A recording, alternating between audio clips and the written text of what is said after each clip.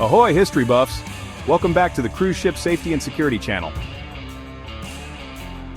Before we set sail, make sure to hit that like button or risk walking the plank of boredom. Today, we're diving into one of the greatest stories of human exploration, Magellan's legendary expedition around the world. But here's the twist: Magellan didn't actually make it. That's right. This is the story of how one man took credit for a journey he didn't finish, and how an overlooked hero might have beaten everyone to it. Hold on to your compasses, folks. This is going to be a wild ride.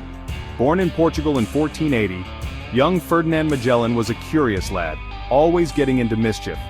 Legend has it, he once tried to sail a toy boat in a royal fountain.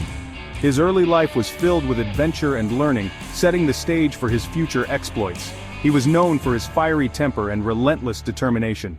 Magellan's motivations were fueled by a desire for glory and a quest for the Spice Islands, which were the epicenter of wealth during his time. So buckle up as we unravel the real story behind the man who dared to dream big, and the unsung heroes who made it all possible. Let's start with our main man, Ferdinand Magellan. Born in Portugal, worked for the royals, went on some spicy expeditions to India and Malaysia, and then got himself fired. During his time in India, he had a hilarious encounter with a local Maharaja who mistook him for a pirate. In Malaysia, he once tried to impress the Sultan with his navigational skills, but ended up getting lost in the palace gardens.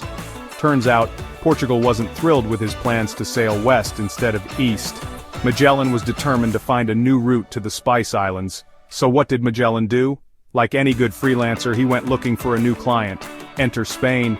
King Charles I of Spain loved Magellan's idea of a westward route to Asia so much that he basically gave him a blank check. There's a funny story where Magellan, trying to impress the Spanish court, accidentally spilled wine on the king's favorite map. 5 ships, 270 men, and one very ambitious plan to sail around the world. Magellan's navigation techniques were revolutionary, using celestial navigation and dead reckoning.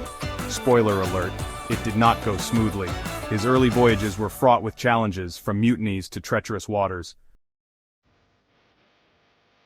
From day one, the crew was a mess. You had Portuguese sailors, Spanish sailors, and a whole lot of "I don't trust that guy" energy going around. Add to that the endless ocean, food shortages, and the very relatable 1500s problem of nobody knows where the heck we actually are. And boom, instant mutiny. The drama was so intense it makes reality TV look tame.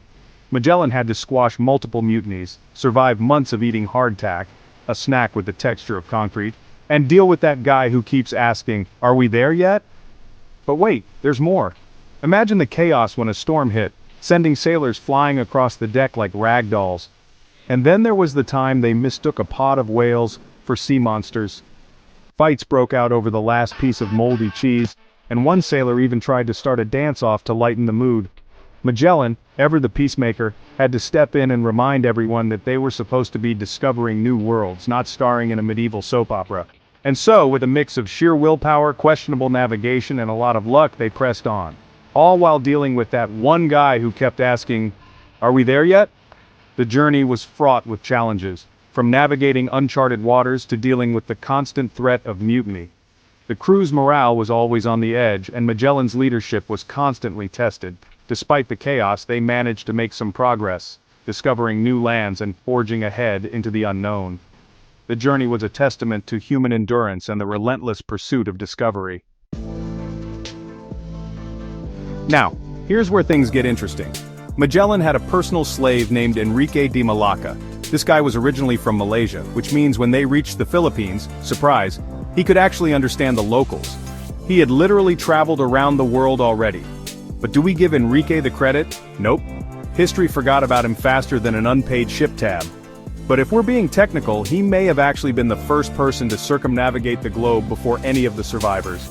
Meanwhile, Magellan, our fearless leader, ran into his biggest obstacle yet. And no, it wasn't a storm, it was Lapu-Lapu. Enrique was known for his humor and often lightened the mood on the ship. He was not just a translator but also a skilled navigator, impressing everyone with his knowledge. Enrique's contributions were documented, but he never received the recognition he deserved. His story is a reminder of the unsung heroes who shaped history. So Magellan, being the I'm a European explorer, fear-me type, decided to wade into battle against the Filipino warrior Lapu-Lapu. Turns out wooden armor and muskets are not great against a bunch of highly skilled fighters with spears.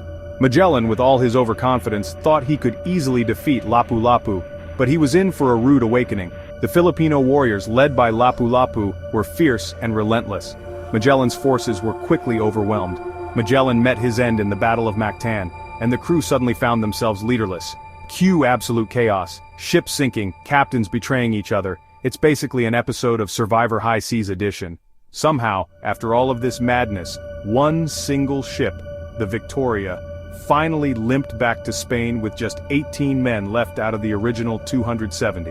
The Battle of Mactan is significant as it marked the first recorded resistance against European colonization in the Philippines, making Lapu-Lapu a national hero. So who actually gets credit for the first circumnavigation? Officially, it's Juan Sebastian Elcano, the guy who took over after Magellan died. But technically, Enrique de Malacca was already home before those final 18 sailors even set foot back in Spain. And that, my friends, is why history is weird. We celebrate Magellan for a journey he didn't finish, Elcano for finishing it, and Enrique for doing it first, but without the fanfare. Moral of the story? Check your history books, folks. Sometimes the real hero is quietly sipping coconut water while the official explorers are barely surviving. So while Elcano gets the credit, and Magellan gets the glory, Enrique gets the last laugh, enjoying his coconut water on a sunny beach. In the end, history is a mix of survival, luck, and who gets to write the story. So, next time you hear about Magellan's grand adventure, remember the unsung heroes who made it all possible. And maybe, just maybe, raise a coconut in their honor. Elcano's return marked the completion of the first circumnavigation, a feat that changed the world forever. This monumental journey proved the world was round and opened new routes for trade and exploration. And while Enrique might not be in the history books, his journey was no less significant. If you enjoyed this dive into historical chaos, make sure to like, subscribe, and hit that bell so you never miss out on more adventures in weird history. And hey, let's start a movement. #Justice for Enrique. See you next time, shipmates. Or else you might end up like Magellan, lost and forgotten. And don't forget to share this video with your fellow history buffs. The more, the merrier on this wild voyage through time. Thanks for watching, and remember, history is full of surprises.